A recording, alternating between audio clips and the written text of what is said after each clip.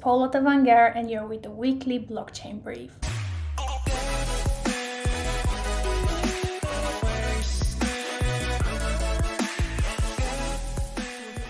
This week is big on institutional adoption, starting by Nasdaq, which will launch institutional crypto custody services. This is such important news since Nasdaq is the second largest stock exchange in the US, and this move will directly put them in competition with established crypto service providers such as Coinbase and Gemini. Interestingly, the former head of Gemini Prime joined to head the new division that will be called Nasdaq Digital Assets. Nasdaq is still waiting on approval by the New York Department of Financial Services to officially launch, so we're going to be keeping you posted on that topic. Next, the financial giants Charles Schwab, Citadel Securities, and Fidelity Digital Assets have collaborated on launching a Bitcoin and cryptocurrency exchange. According to a press release, they will come together to launch a cryptocurrency exchange called EDX Markets. The exchange is said to be a first of its kind, launched with the promise of being a safer, faster, and more efficient cryptocurrency trading. To attain its objective, the EDXM will rely on the technology built by the member exchange, which is an equity exchange for scaling its operations to serve retail and institutional investors in several markets. This news is a sign that despite the adverse market conditions and regulatory pressures, the traditional financial sector is shifting towards integrating crypto as part of its operations. It shows that also the slump in the market has not deterred them from adopting crypto. Next, we move to FTX looking to raise $1 billion more. CNBC reported on Thursday that FTX is in talks to raise capital again. FTX had been very actively raising capital to expand its acquisition business, with the last raise in January for the amount of $400 million. And this was the third raise within 6 months. Now FTX is looking to raise further $1 billion by retaining the same valuation as of January, which was $32 billion. FTX is already performing greatly with the current market conditions, to be fair, with $270 million of revenue in the first quarter.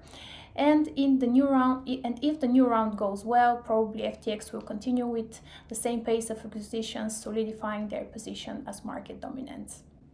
And the last news is a bit unfortunate. Wintermute got hit by $160 million attack. Hackers had stolen digital assets worth around $160 million from the crypto trading firm Wintermute. The theft targeted Wintermute's DeFi operations, while CeFi remained untouched. Wintermute's CEO went on Twitter to assure that they are still solvent and are able to repay for any loans provided. Later on, even a 10% bounty was offered to the hacker.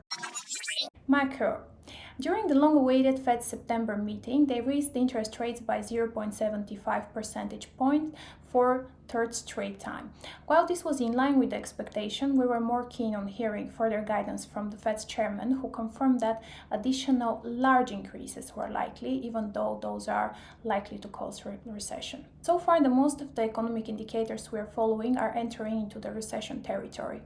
Based on historical data, starting from the base rate that you may see in the graph, each time we reached above the current level was a factor to start a recession. On the other hand, the expectation for increase in rates shifted to between 4 to 4.5% by the end of this year, according to the new projections. Else than inflation data, the Feds are also following the jobs market closely, waiting for it to cool off to eventually slow down with the hikes. Contrary to their expectation, though, the economy has added an average of 380,000 jobs monthly over the past 6 months, far above the rate of about 50,000 that economists think would keep the employment rate steady. However, the new jobs data just came in showing slowdown. The economy added 350,000 jobs for the last month, just below the Dow Jones estimate of 318,000 and well off the 526,000 earlier in July. And here we are with the last section of the day, the VC Insights. The first deal is for all the chess lovers. Immortal Games said on Thursday that it raised $12 million in funding led by TCG Crypto, alongside with other tech and entertainment VC specialists such as Sparkle Ventures, Kraken Ventures, and Spice Capital. The firm is also supported by the Sandbox founders and the Animoca brands. Powered by blockchain, Immortal Game is being created in collaboration with and for the dedicated chess community. It aims to elevate the gaming experience for online chess players around the world who are currently playing around 20 million games daily. What a number! I didn't know that, did you? So the proceeds from the round will be used for the company to accelerate its product development and expand into key markets, including India, US, and Europe. The next deal comes as no surprise, given the extraordinary adoption rates in Africa and the increasing interest from VCs in the region. The African Bitcoin exchange, Yellow Card, just raised $40 million in Series B. The round proceeds will be used to fund their expansion. Blockchain venture capital firm Polychain Capital led the round, and other participants were Castle Island, DigiDaiwa, Fabric Ventures, Sozo, Third Prime, and Rabo Partnership. The company declined to disclose the current valuation. However, their CEO said that they're aiming for unicorn status by the end of 2023. The Yellow Card is a cryptocurrency exchange formed in 2018 and launched in Nigeria in 2019. The exchange makes it easy for everybody in Africa to buy cryptocurrencies using cash card or bank transfer. And moving to last deal of the day, RPG or Arpeggi, I'm not sure if I'm pronouncing that right, I hope I do, just raised a 5.1 million round. RPG Labs, a new crypto startup focused on using blockchain to make music creation more collaborative, just raised $5.1 million in seed funding from A16Z.